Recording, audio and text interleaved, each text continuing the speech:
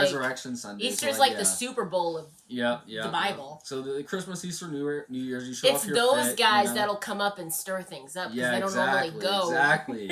They're trying to repent for all the sins for the last like 6 months. So you come in hot, you know. You got a lot of ammunition in there. You gotta release. Hi, I'm Danielle. And I'm Del. And this is the Black Catch-Up, where we're catching up on iconic black media we missed out on in our more conservative, religious childhood.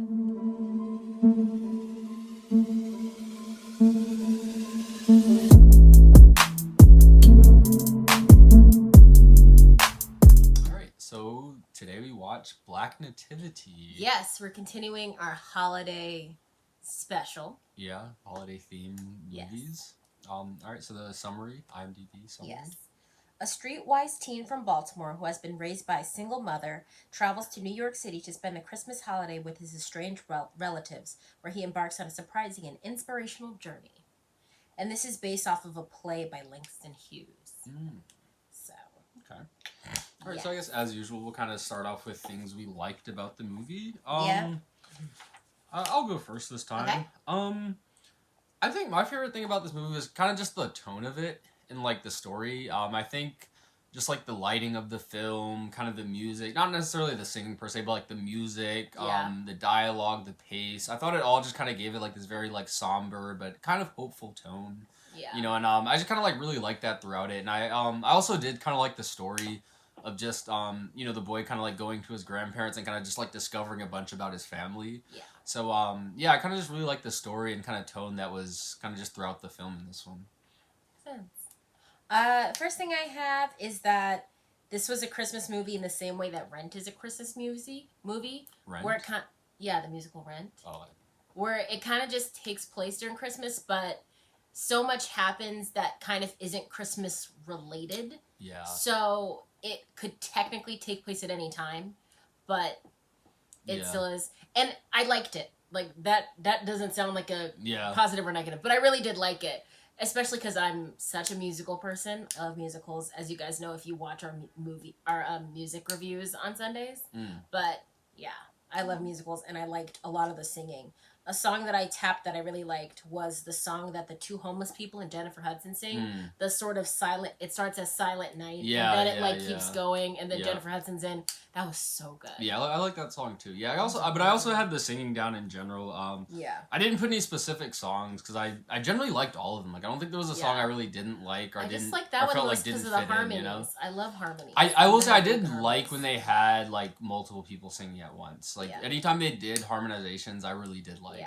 But and I thought they were also like timed very well and didn't kind of like take over the whole film. You know, you kind of got those breaks where there weren't as many like musical notes when the film had to be serious. Like, I think that pretty much that whole time where like he was learning about the watch, stealing the watch, like there wasn't much singing. I think there was that one scene when he like went to bed that night, but I kind of like how they like paced out the singing, you know? Yeah. All right. Do you have anything else? It is your turn. I said I like the singing, sorry. The pace of the singing. Oh. I thought you were just bouncing off of my singing. My bad. No, I was like, that is the next thing I wrote. Another thing that I liked was I liked the church service in general. I liked his little dream sequence because it seemed very Jesus Christ Superstar in the sets and stuff like that. So I really liked it. And I just liked the nativity at the church, especially when the homeless man and women were coming in at the same time that like Mary and Joseph were coming in. Yeah. I really liked the parallels because it was like she's essentially Mary in this situation, but you're kind of seeing in the church that they wouldn't act like the innkeeper like they think they would. They're acting like all the other. No, they're not acting like the stable person like they think they would. They're acting like the innkeeper saying there's no room here. Oh wait, you mean when they first came in? Yeah. When like the drummers came too, or when they just first walked in? And they were like looking for a seat, you mean? Yeah. Okay, yeah. When they were looking for a seat and they were like looking down at her, but they were also talking about how Mary, she was 15 and pregnant, and they were like clapping and everything. But it's like you have someone right in your congregation who's like young and pregnant and homeless, but you guys aren't acting like how you are clapping for. You know what I mean? Yeah. Like they're playing like they would be the person who like owns the barn and the stable and is like, yes, of course you can give birth here. But they're acting like the innkeepers who are like, there's no room here. Oh. Yeah. And I think they kind of did that with the pastor in general. Kind of just showing that hypocrisy of, like, I just liked that. He's saying one thing and then kind of doing the other thing in his life. But of course, like, as a pastor, like, people are still kind of believing him and still, like, buying into it. But it just kind of shows that kind of, like, underlying thing. Like, everyone kind of has their problems. Everyone has, you know, those things they hide. Yeah. But, yeah, I did like that. I did like the service, too. But, the next thing, I thought there were a couple of good scenes that just had, like, a lot of good tension, you know. The one with the son and the father in the store with the gun. That was I thought that whole scene was good. Like, I thought, like, some of the shots, how they kind of had the camera kind of spinning around slowly there, and then, like, you see the shadows on the wall of him holding the gun. Like, the small details in that scene of, like, his hands shaking and him, like, switching hands. Yeah. You know, so I just thought there were so many good details in that scene, you know.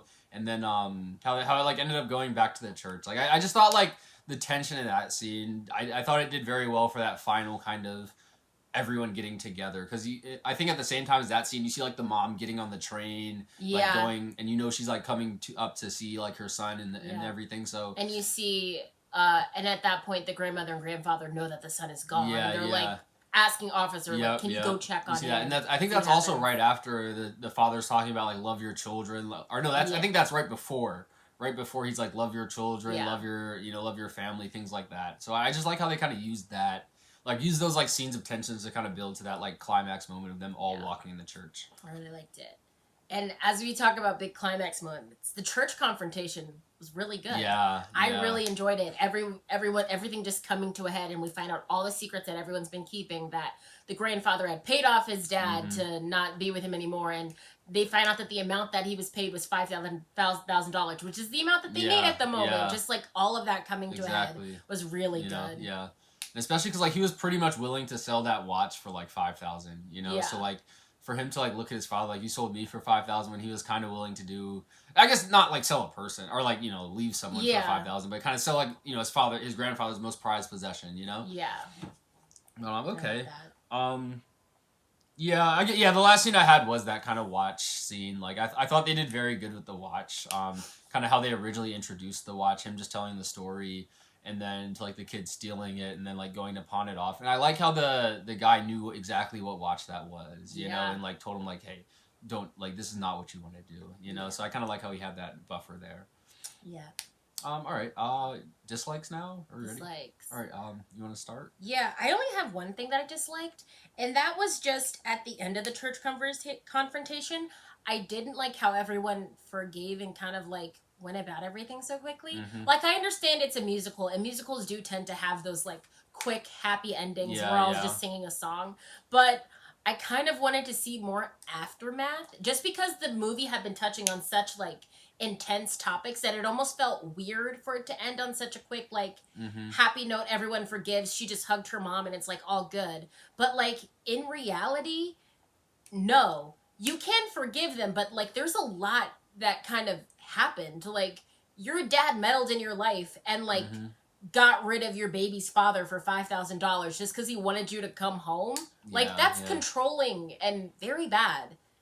And just, there's so many other repercussions that I feel as though, for me personally, and I think that for most people personally, you can't just be like, forgive him! And then it's like, oh yeah, it's church. Like, no, that just kind of was... I kind of had that down too. Like, it kind of falls into that, like, church crutch of, like, oh, because we went to church and, like, forgave, like, all our problems are solved, but, like, they didn't have a place to live. Like, there were, like, tangible, like, physical things that needed to be done that, like, forgiveness wouldn't have solved. And they were like, and you can just, like, live with us. This is your home. And it's like... Yeah, like, she has to move. Like, she's presumably been, like, bouncing around places, you know, back wherever she was from. Like, you know, like, there are, like, things that need to happen that they didn't show. Like, I will say, I wasn't as upset about it, only because they did end the movie in the church. Yeah. Like if they ended it afterwards and were like, and they lived happy, that would be bad. So, like, well, I would have liked to see it. You know, it's not like they let me imagine it. It's not like they, like, showed other irrelevant scenes after. Yeah. Or, like, just showed them, like, magically that's happy, very true. You know? So, like, I can say, like, okay, maybe they left the church and, like, worked it out. Yeah. You know, but I kind of wanted to see that on screen, too. So I did have that listed as kind of a fault. But that was the only one I had, because I just don't like... because I'm like, I understand that you think forgiveness is the best thing ever, but also like sometimes you do need to earn forgiveness. You can't just be like, well, because we're in church and God, like, you like, and you kept it a secret too. Like the kid's 15, you kept it a secret for over a decade. Well, I don't know if they kept it a secret, or if they just like, or the mom kept it a secret. The mom definitely kept it a secret, but like the grandparents, I guess they just didn't talk. You know, like it seemed like no one was talking to each other. No. They didn't tell mom. What do you mean about? Mom didn't know that. That's why Dad left. I don't think. Oh no, I thought Mom found out. Mom found out that Dad sold out the kid. That's why she left. That's why she didn't talk to her parents. Oh, okay. Because the plan was well, no, he said the plan was to pay off the dad. Oh, and so the mom, okay. so then the daughter will come running back, but she found out, and that's why she ran away and never talked to them again. I did not. I like saw, but I think I just skipped. No, it was a quick line. It was real quick. Yeah, the only really nitpicky thing I had was when they did that dream sequence, I thought the metaphor of like Mary and Joseph like in inns was a little lost on me in the city of New York. It just like I don't know. It seemed it was like because first they like find the one kid on the street, which I was like, okay, odd they choose a kid. And there's all these people, but I understand like the story is like they no one helped except and then they go to like Tyrese's tent, his like hobo tent, and like that's where they kid. And like I understand that is the story, like lying in a manger, but it just like felt weird watching it and like. It's different reading in like in Bible times and like you just imagine like they're like walking in the wilderness anyway. Yeah. So like a manger isn't that weird to see, but like going into like a hobo tent and having your kid seemed like it. I don't know, like it just kind of fell a little flat for me. I did like the idea of it though. Like I like I like the dream sequence though, but I just thought it was kind of odd, I like it. But okay. You want to get into ratings? Yeah, sure. All right. I'll go first because I think you. Okay. So I gave this one a 4 out of 5. I love a musical. All the songs were great. All the acting was great. I would 10 out of 10 watch this again. And I also like how it touched on some really good themes about love, family, and like legacy and Christian and the Christian thing to do versus like what you say versus what you do. If I'm even explaining that correctly, I don't know. Yeah. But I just really liked it. I thought it was really good. Okay. Yeah, I think I'll give this one a 4 too. Like I actually really liked it too. Like the singing was good, the pacing was good. Like this was one of those movies I just like felt really good watching it. Like I don't know, it was just like a fun. It wasn't. I don't even know if it was a fun watch. It was just like a really engaging watch. Like and it wasn't too long. Yeah, which I loved. And I think the other thing for me is like they didn't have that many characters. Like they pretty much focused on the boy the whole time, and like he meets his parents, and so you get that focus. But like I thought all the characters like got very well developed, in like a short period of time. Because this is like a 90-minute movie, Yeah. Like they just had very key things. Yeah, exactly, Like, Like you see him, first you see him in the prison, then you see him like outside the pawn shop and like he works, so like you just kind of see that progression. Then like the shop owner mentions it. Like I just thought it all kind of just blended together well. Like it interweaved together. Characters came together well at the end, and then it just ended, again, like you said, like they could have shown that extra part, but that would have been more room to mess up the movie, I guess. That's true. So like them ending there, I think honestly like helped their case in a bit, Yeah. But I think this was a 4 as well. Yeah. All right. Final question. Did we answered this for the last video, right? Yes, we did. Okay, yeah.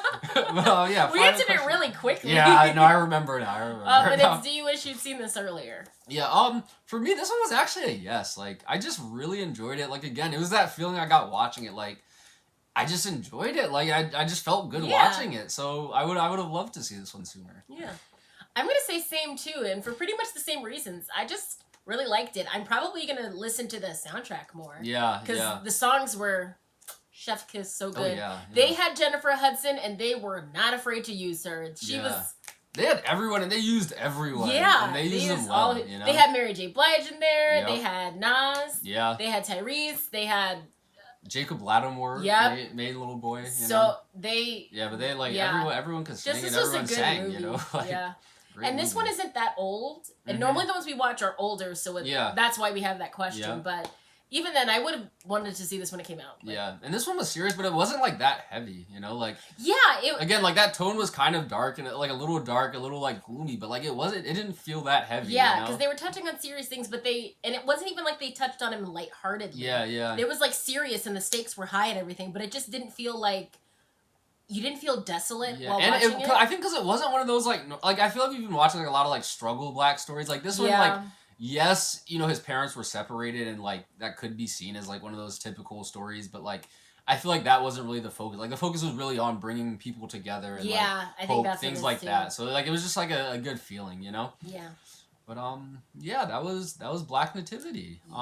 YouTube housekeeping, like, comment, subscribe.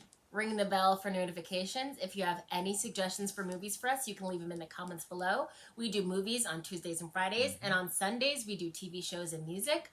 All of our social medias will be linked in the description down below, and we'll see you guys next time to catch up. Bye!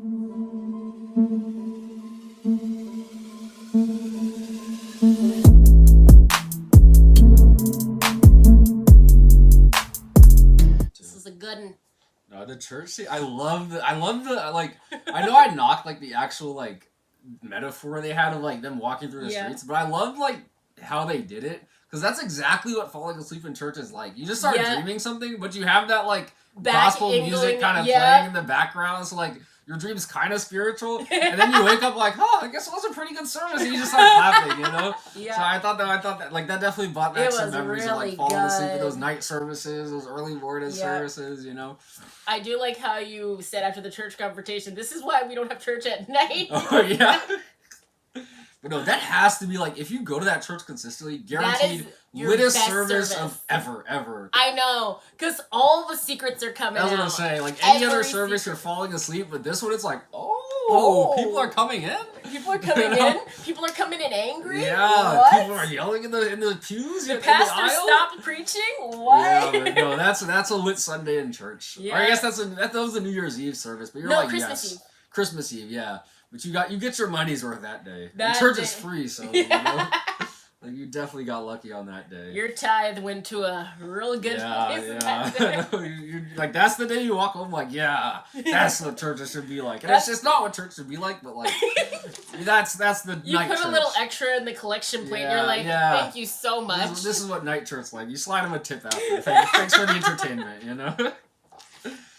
But yeah, we were like, everyone is paying attention at that point. Even the person who like claims they don't like gossip, they're like, no, that's the thing. Church people say they don't like gossip, but they like gossip. Gossip. You know? Oh my gosh, they like gossip, and apparently the gossip doesn't happen Sunday mornings. Though it happens your it night doesn't services. happen Sunday morning because you're too tired to stir stuff it's early in the morning.